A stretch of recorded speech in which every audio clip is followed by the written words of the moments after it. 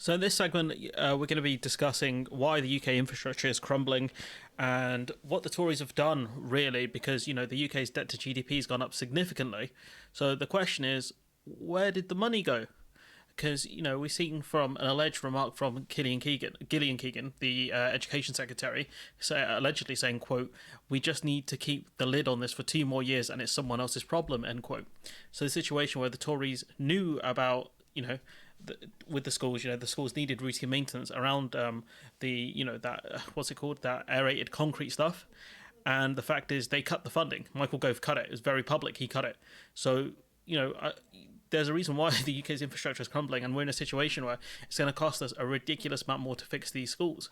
For now, at least, we know that 3/4 of the schools hit by the concrete crisis are in Tory areas. We are still waiting for surveys to come back and, essentially for engineers to go out and check out these schools to see what's going on. Do they have the aerated concrete? How bad is the situation? That's what we're waiting on. And the Education Secretary and the Tory party in general have made an absolute hash of this. I'd have a bit more sympathy for the Education Secretary. This is not her. If she was a lot more open about the situation, because she could say, look, I inherited this situation from other secretaries who've just done a bad job, but given she tried to cover up, there is no sympathy for her. And the situation where, the government have done this. This is the reason why it's crumbling is because of David Cameron and George Osbourne, predominantly. Michael Gove as well, I guess. You can throw him in there. So there's a hat trick of clowns. But if we listen to what they actually did with the budgets, Jeremy Hunt involved in this, the now Chancellor, but the then Health Secretary. Department for Health encouraged hospitals to move some of their capital funding, that's the funding for buildings, into money for revenue, the day-to-day spending. So £4.3 billion was raided from the budget for supporting physical buildings to just plug the hole in day-to-day spending. We'll be discussing some of these hospitals in a bit, but the point being is that instead of the government putting both the money for day-to-day spending, for staffing and other things, as well as the maintenance for the buildings, they basically cut the maintenance spending and told the hospitals, spend this money elsewhere. So it's not, essentially new money coming in, it's just money being redistributed, existing cash, and that's not good. This situation with the schools. I understand 3 of your 8 schools have an issue with RAC. How bad is it? What does it mean for those buildings? Well, it's considerable. In one school, we have 12 classrooms out. In the second school, So 12 classrooms, of probably around 25 kids, let's be honest. Minimum about 25 kids. That's a disaster for them. And it's going to cost a ridiculous amount of money. We have 16 classrooms out and a gymnasium. And in the third school, we have 14 classrooms out and a staff room. Wow. So where are those kids Not the staff room, no. going? Well, at the moment, we can have certain year groups back at a time, but some will be on home learning until we secure the temporary classroom on site, set up, ready to go. This is the Tory party who are against remote learning for kids because it's better for them to be in school. Let's not forget that they made the pandemic worse by pushing schools to reopen despite the protests of teachers. And now we find out that these kids are going to have to do remote learning because the Tories have caused a situation where these schools could essentially collapse, or parts of the schools could collapse and hurt kids. So well done, Tory party. Great job, guys. Have you had to order temporary classrooms? Yes, we've secured some today. We've been waiting for the DfE to give us a date on when the ones they apparently have procured can arrive, but they can't give us that information at the moment. So essentially, you've got this school shelling out around £500,000 to get these classrooms up and running, and it's going to take a while to get that, and the Department of Education have gone missing on this. Same with the Treasury, and my theory is that the Treasury don't want to pay the money, and that's why the DfE are not replying to the messages of these schools, because they know the money isn't there, despite what the Treasury have said, what the Chancellor has said, and what the Education Secretary has said. And we go to a former Bank of England economist who kind of explains it fairly simply.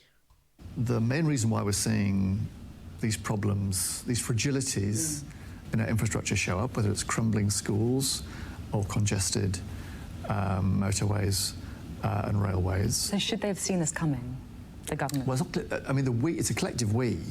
It's not a collective we, because the Conservatives kept telling us, and the media, as well as I think economists in the Bank of England, we're broke, we need to make cutbacks, etc.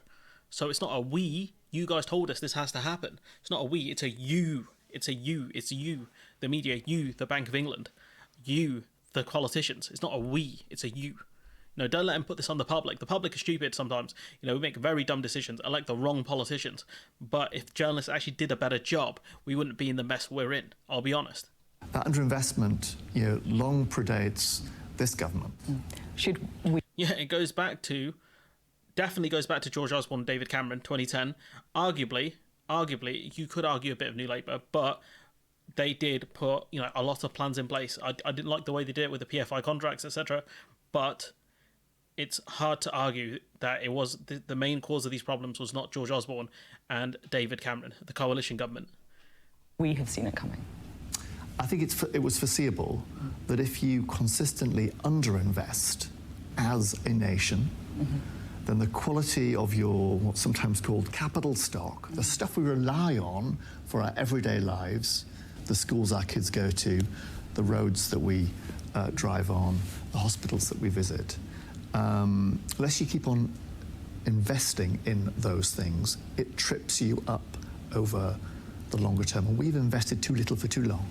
And, let's not forget that, investing in schools, investing in roads, in infrastructure creates jobs because, it takes people to do these jobs. You can run into problems when you run into shortages of supplies and workers to do these jobs. That's where you can get inflationary problems. But these are job creators, and the government could use these opportunities to train up people. Kind of like I think what the Jobs Corps was in America or is in America. These are opportunities the government could use to skill up people. But instead, it's full of a bunch of frauds. And we go to this tweet from David Cameron. I want you all to remember this, right? Saying, a great speech by George Osbourne. We're on the right track and we'll fix the roof when the sun is shining. Clearly, because we live in England, guys, or, this is the UK, the sun didn't shine. It was raining the whole time because they never fixed the roof. Evidently, because of all this underinvestment, we know. So maybe it's not David Cameron's fault. Maybe it's not George Osborne's fault. Maybe it's the fact that, the sun didn't shine in Great Britain, so they couldn't fix the roof. I don't know, gang. Maybe we had monsoon season for the last, 13 years. I don't know. I genuinely am not sure what happened. But we go to kind of this clip here, which talks about how the school crisis has made kind of a further crisis for the other government departments. And who can fix it? Now, here's Sam, somebody who has been poring over the story of concrete in schools. And I just want you to tell people about the discovery you've made today. That's right. So bad news for the embattled Education Secretary, Gillian Keegan. She's under fire because of her decision to close schools from other places in Whitehall where they fear she might have basically unleashed a Pandora's box. Now, when she made the decision on school... So effectively what he's talking about, just the cliff notes this video, is that because Gillian Keegan made the decision to close these schools, what that does, that puts further pressure on the hospitals, for example, on the health secretary, because if the schools are deemed unsafe because of this aerated concrete and they're deemed at risk, if any of these hospitals are deemed at risk, they're going to have to be closed. The courts as well, and any kind of public buildings with this stuff in it, if they are deemed as, kind of unsafe, they have to be closed, because this is the precedent the health secretary has set. And I think she made the right decision personally. Although I don't have any respect for it, I think she made the right decision. We go on to, the situation where the education sector made a complete... She botched this so badly. This is another reason why we're in this mess as bad as we are, because this was completely avoidable. And the fact is, we could have dealt with this a lot better, even now, or at least the last few weeks. So before term started, they had the chance to fix this. In North Staffordshire, where I live, we're still waiting for surveys. The DfE sent out, I appreciate the guidance changing last week, but the DfE sent out a new survey, their, I don't know, 4th, 5th survey, a new survey on the 18th of August, expecting head teachers to reply by the 23rd. I think they'll find that most primary heads may have been on annual leave over that period. The idea that you can give this little notice to teachers, to heads, and say, oh, it's OK. And when we find out the detail behind this, the fact that schools haven't been rebuilt, the fact that the Prime Minister, when he was Chancellor, cut the budget... We'll discuss that in a minute. These are the consequences of 13 years of Tory failure, and now we're living with it. And her rant just sort of puts it all into context, really. Right, David, do you want to respond, Ben? It's just not true. I think again, go back to my own circumstance. In Mansfield, we're having 4 schools rebuilt. I mean, that's great for your constituency power. Maybe you're part of the 50 schools, because, maybe it's because you're a Tory and whatever. Maybe they're trying to, at least look like they're doing something. But this argument is making it so anecdotal. Oh, at least in my constituency, we have 4 schools being rebuilt. It's like, who cares? Honestly, who cares? We're talking about the country as a whole. We're talking about a country that should have had a massive rebuilding programme, or at least a massive maintenance programme that was cut by the Tories. Absolute fraudulence of this geezer. which is fantastic. £9 million investment in our school estate from the county council, significant government money going into our school estate. And actually... And this is what the Tories do, they put out these huge figures of, 9 million or whatever. Where's that money going? Is it actually going to the right places? Is it being siphoned? Because we know the Tories love doing that. Where are these funds actually going? You look at Labour's record on school rebuilding, it built far fewer schools a year than the 50 a year. We're not discussing building new schools, pal. We're discussing, essentially school maintenance and refurbishing. So what he's talking is so stupid, especially since we've had a massive population increase since Labour have been in charge. We've got more kids, so surely we should be building more schools. What a dumb guy taking a victory lap over absolutely nothing. And you see, the request was 400, so just 4 schools have been completed under the government's school rebuilding programme. The need was around 400 schools per year. The request was 200, because they probably thought they wouldn't get it, the 400. They should have requested 4 anyways. The promise from the government was 50 schools per year. That's under Rishi Sunak. The reality is then you've done about 2 per school. And that was reported by Sky News. I revealed in the last hour that Rishi Sunak said 50 schools a year would be rebuilt under his programme, which began 2 years ago. How many have been completed? Just 4. It was confirmed to me this morning. Now, and you can argue, oh look, things have happened in the last 2 years and whatever. It's no excuse only to have rebuilt 4. Like, you're the goddamn government of a G7 country. Like, we're supposed to be a developed nation. You're telling me you can only rebuild. It's not even a proper rebuilding job. Let's be honest. It's just maintenance or probably removal of this RAC, this RAAC stuff. And you've only managed 4. Like, really? You're telling me that you've only managed that? That's shameful, honestly. Clearly Bob the Builder needs to get a move on because this stuff is not being fixed. And this is it. He's been outed by a former civil servant. In the spending review in 2021 was to double the 100 to 200. That's what we thought was going to be practical in the first instance. I thought we'd get it, but the actual decision that the Chancellor took in 21 was to halve the size of the programme. One of the first things I did as Chancellor in my first spending review in 2020 was to announce a new 10-year school rebuilding programme for 500 schools. Now, that equates to about 50 schools a year that will be refurbished or rebuilt. Now, Rich, I know, buddy, you want us to stay in school, to age 18 to do maths, right? And I think maybe you should have done the same because 50 schools a year is less than 100 schools a year. It's less than 200 schools a year. You might be surprised by that, right? Now, riddle me this, Rishi, mate. You've said you've got this new plan, right? You're using these these words and trying to make it out like a big deal. If your plan is to rebuild less schools than we did before, is that a better plan than before or a worse plan? I know this is more of an English question rather than a maths question, but they do like to make these questions wordy in maths nowadays. So, Rishi, buddy, is it better to rebuild 50 schools a year or 100 schools per year? Now, I don't want the audience to answer this one. I want the big man to answer it because, he wants us to stay in school till we're 18. So is 50 better or 100 better? I don't know. I didn't stay in school to do maths till I was 18. I finished at 16. And now we go on to our final clip of this. I know some of these clips are a bit old, but I think it's important to kind of document the failure of this, how we got into this mess. And I think, if you're in another country where you have infrastructure problems, it's important to remember that routine maintenance is the bare minimum any country should be doing on the infrastructure they have, because otherwise it costs you more in the long term. You can fix a leak, it might cost you money. If you do not fix that leak and your house gets flooded, well done, you're paying probably 50 times more than you were going to do initially. Separate floor. This was signed off not by ministers, but by This is about the 32 million to refurbish education offices. To senior level civil servants. Well, it's very plush, isn't it? It was signed off in 2019. It's about a good use of funds. Well, these aren't decisions for ministers. These are decisions for senior. But nevertheless, you're entitled to your opinion. Well, my opinion is that you need to maintain buildings, and by refurbishing the building, you reduce the annual running costs of sanctuary buildings. So we have a... That's nuts, bro. Could you imagine, right? By doing routine maintenance of buildings, you can save money. What? This geezer, Nick Gibb, right? He needs to call Rishi Sunak, because Rishi Sunak does not know this. He needs to call Jeremy Hunt, because Jeremy Hunt does not know this. If you do maintenance on buildings, it's cheaper over the long run. Crazy.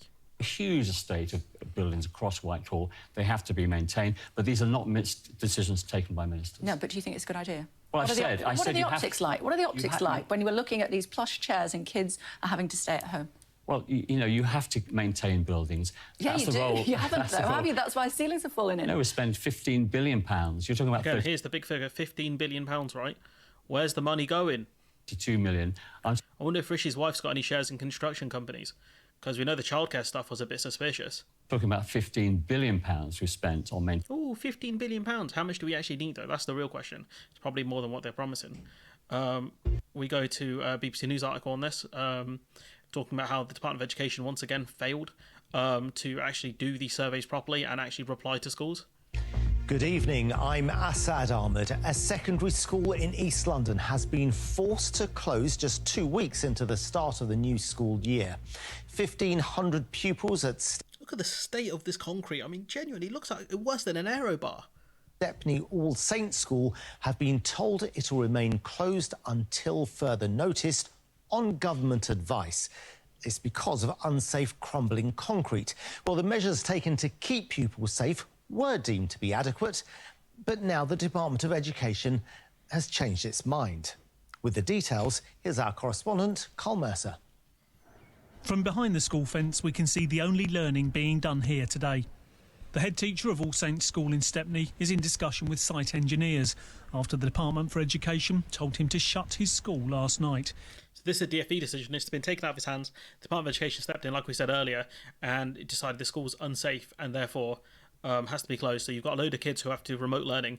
And again, I don't blame the DfE for making this decision. They finally made the right decision here in the end, if it's deemed unsafe. However, how is it that it was only checked 2 weeks into term? What have you been doing over the summer, Gillian Keegan? You've been on holiday, pal. You've been to Marbella or something. What have you been doing? It means the 1,500 pupils here are all at home, online learning hastily arranged. Again, I thought Tories were against that. The head wasn't available for interview today. Just going to quickly go in and... Again, he might not want to do an interview because, you know, it might affect his chances with the DfE in getting any actual funding. The local MP was, though, visiting the school to catch up on the latest. It means massive disruption to children's education. It's a huge disruption to families who have to go to work. And the government knew about I'm not going to this. bother with Labour here because, you know, like their response is going to be, oh, this is terrible. And when they're asked, are you going to do something, they're going to say, oh, it's not our fault, bro. And there's no money. So, you know, evidently, the school notified the department months ago, no reply, 2 weeks into term, that's when they got the reply, according to this Labour MP. Doesn't surprise me at all, to be honest. And we know that they tried to talk to these head teachers and things, you know, whilst they were on leave. Like, what response do you get whilst you're on annual leave? And evidently Gillian Keegan must have been on annual leave for a long time because she did not reply to these schools. Her department did not do so. You got ITV Wales has been given access to Witherbush Hospital, where more than 150 props are holding up ceilings made of crumbling concrete. I remember, I think it was Liz Truss saying that her local hospital was being propped up as well during the Tory leadership contest. You know, if my local MP said that, I'd be like, what have you guys been doing? You know, my local MP's Tory, like, what have you been doing? Like, how's our hospital gone to state? Look at this. Look at this, these beams. These beams have been put in to keep the roof stable. It's absolutely nuts. You know, could you imagine if anything happens to these things? What the state of these hospitals, honestly. And you got to think, like, if anything happens to these hospitals, the amount of cost the equipment has. You know, if you're one of these fiscal conservative idiots, the cost of the equipment's ridiculously high. You know, let's not forget, you know, the civil lawsuits the hospital will face if, you know, these patients are hurt. Honestly, it's just, you know, even if you look at it from a fiscal perspective, it makes no sense to run it like this. But this is the situation we have. We have an absolute clown in David Cameron saying, you know, we're on the right track. We'll fix the roof when the sun is shining. Evidently, it didn't shine. That's how we got here, right? Just endless rain, apparently. And what do we get for the money? Because if we look at, sorry for switching to light mode, I don't really have much choice. If you look at our debt to GDP, right, 2022, our debt to GDP is 104%. And obviously, it's lower than certain other countries. You've got Portugal here, France, and a couple of the G7 members, right? But, you know, the question I ask you is, you know, which other countries here, right, at the, say even, you know, the over 100%, right?